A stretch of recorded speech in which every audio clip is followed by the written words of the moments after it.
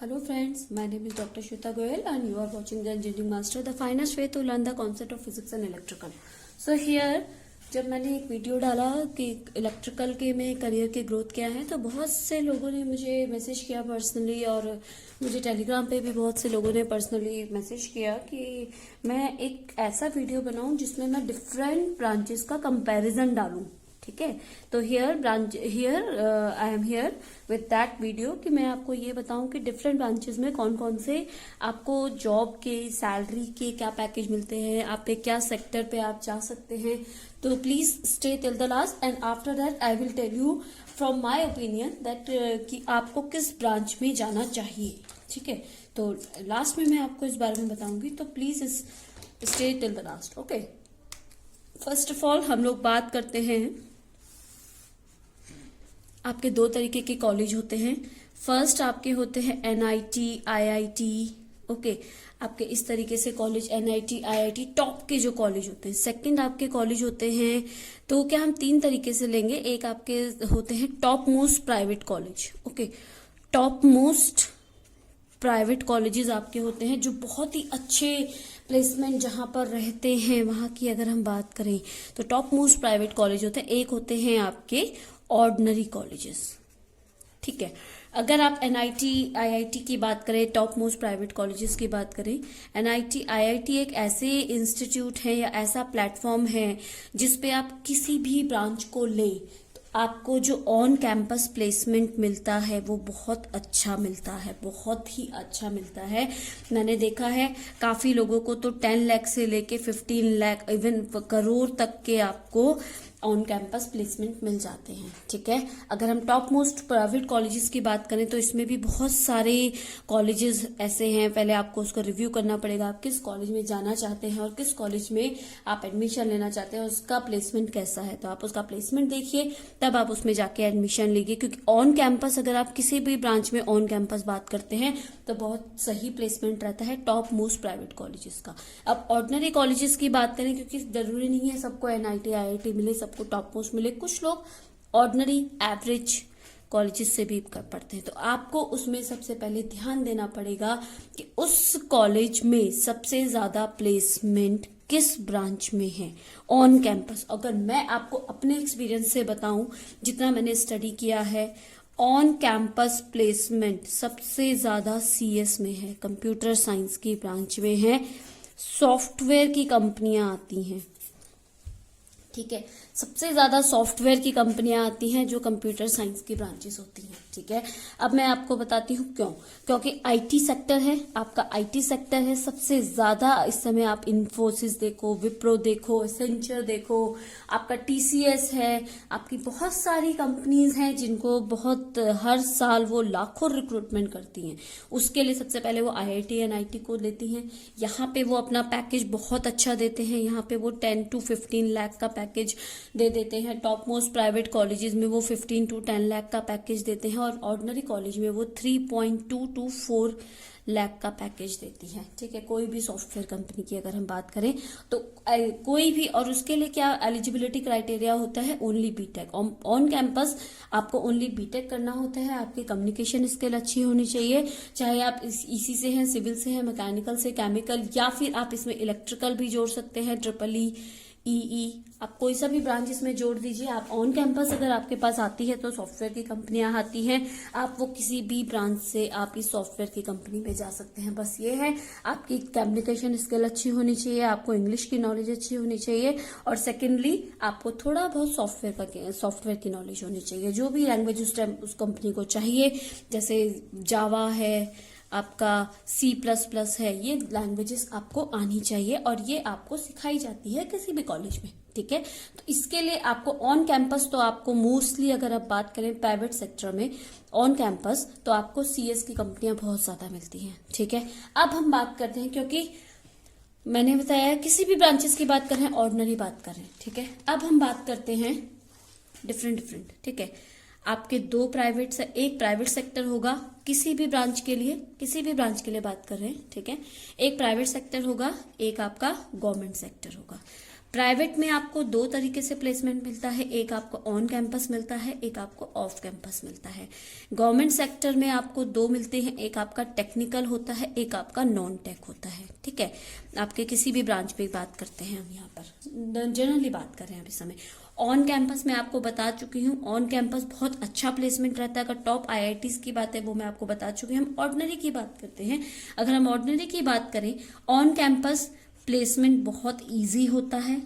ठीक है, इसीलिए बीटेक लोग करते हैं क्योंकि उसमें ऑन कैंपस कंपनियां आती हैं, उसमें आपको इजी प्लेसमेंट मिलेगा।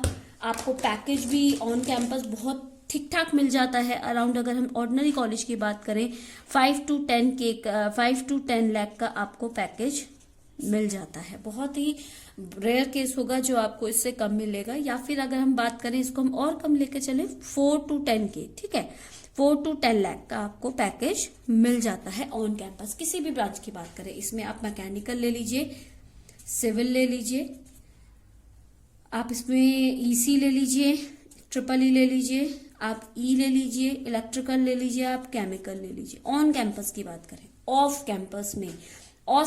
कैंपस में आपको जॉब ढूंढना बहुत मुश्किल होता है। तो अगर आप बीटेक के बाद जॉब ही करना चाहते हैं तो कोशिश कीजिए आप ऑन कैंपस निकाल लें। ठीक है, कोई भी कंपनी आई है, आप कोशिश कीजिए ऑन कैंपस आप प्लेसमेंट निकाल लें। ठीक है, ऑफ कैंपस बाय चांस आप नहीं लग पाते हैं, ऑफ कैंपस बहुत मुश्किल होता है, सैलरी भी बहुत ही ज्यादा कम हो जाता है। आपको जो ऑफ कैंपस सैलरी मिलती है किसी भी फील्ड की, अगर हम बात करें, यहाँ पर हम सीएस की बात नहीं कर रहे हैं इस समय, ऑफ कैंपस में, ऑफ कैंपस में अगर हम बात करें ME, civil, electronics, electrical, chemical, इसमें आपको मैक्सिमम 20,000 से ज्यादा आपको नहीं मिलता है ऑफ कैंपस।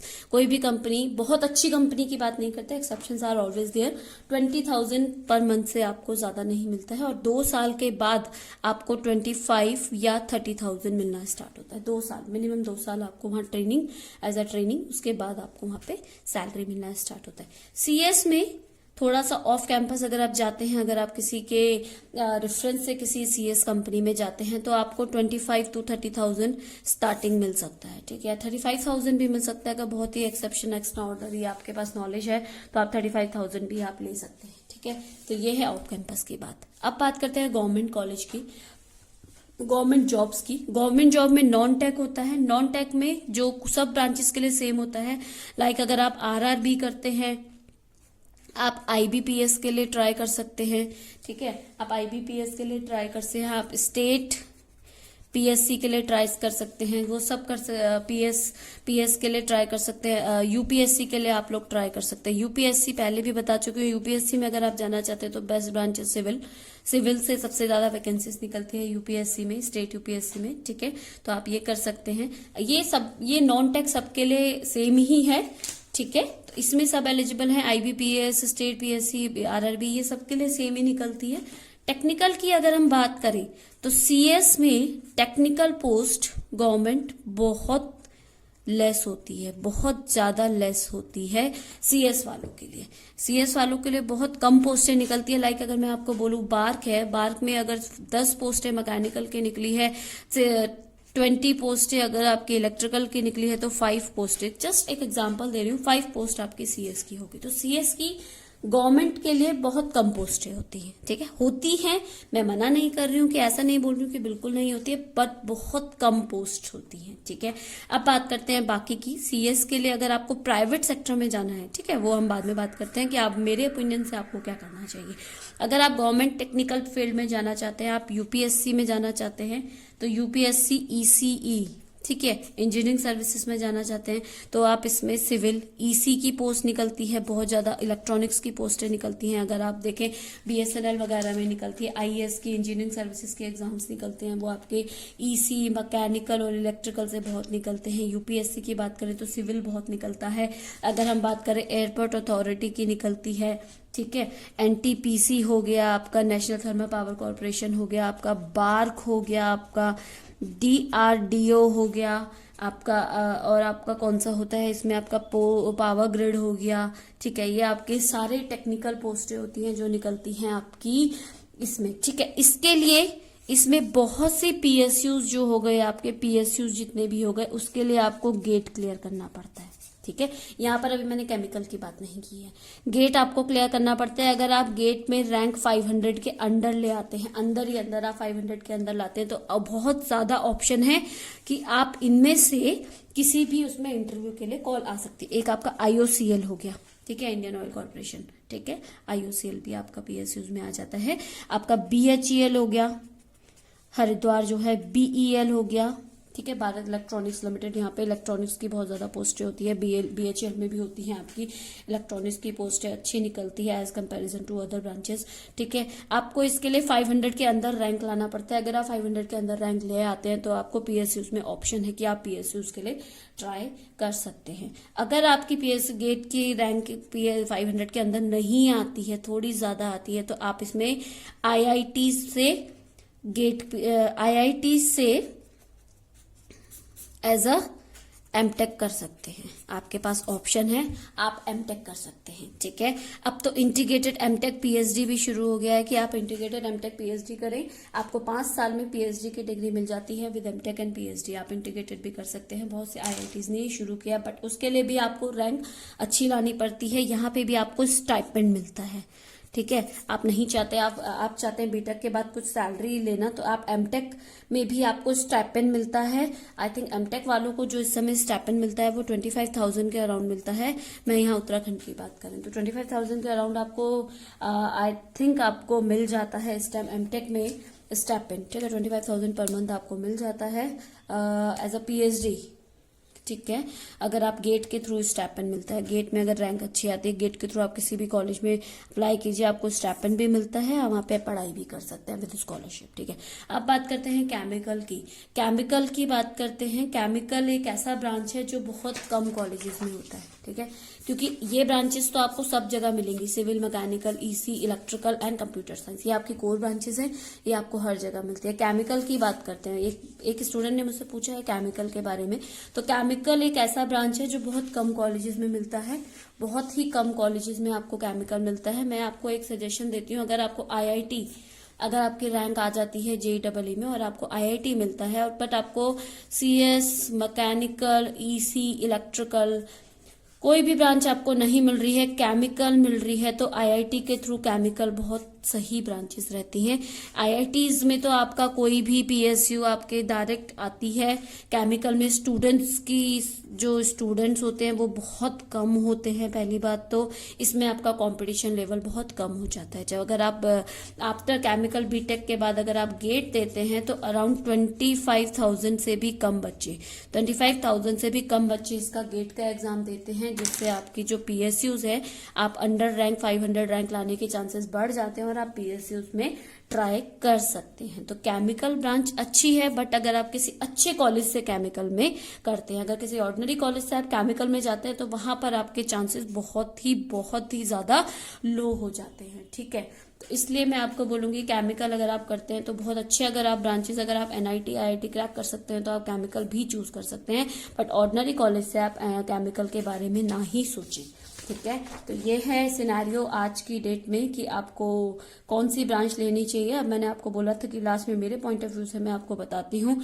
तो मेरे पॉइंट ऑफ व्यू से अगर आप प्राइवेट में ही जॉब करना चाहते हैं, बच्चे अपना खुद का सजेशन लेते हैं, खुद का डिसीजन लेते हैं, तो प्राइवेट में अगर आप जाना चाहते हैं तो आपके लिए CS टॉप मोस्ट ब्रांच है। सबसे अच्छी ब्रांच आज की डेट में CS है। एट दिस कंडीशन की बात करूँ, इस कंडीशन पे आज की डेट में CS प्राइवेट के लिए बहुत अच्छी ब्रांच है। ठीक है, और प्राइवेट में इंडिया में EC में सबसे कम चांसेस हैं, क्योंकि EC अब जो हमारे जो अभी लॉकडाउन के टाइम पे जो भी सिनेरियो आया है, बहुत सी कंपनीज ने कहा है मैन्युफैक्चरिंग यूनिट यहाँ पे लगाएंगी। इवन एप्पल तक ने भी बोला है कि यहाँ पर आपका मैन्युफैक्चरिंग यूनिट लग सकता है। तो मोस्ट प्रोबेबली EC में चांसेस बढ़ सकते हैं, बट एट दिस कंडीशन आज की डेट में EC में सबसे लो चांसेस आपके रहते हैं, प्राइवेट में सबसे ज्यादा चांसेस आपके CS के रहते हैं।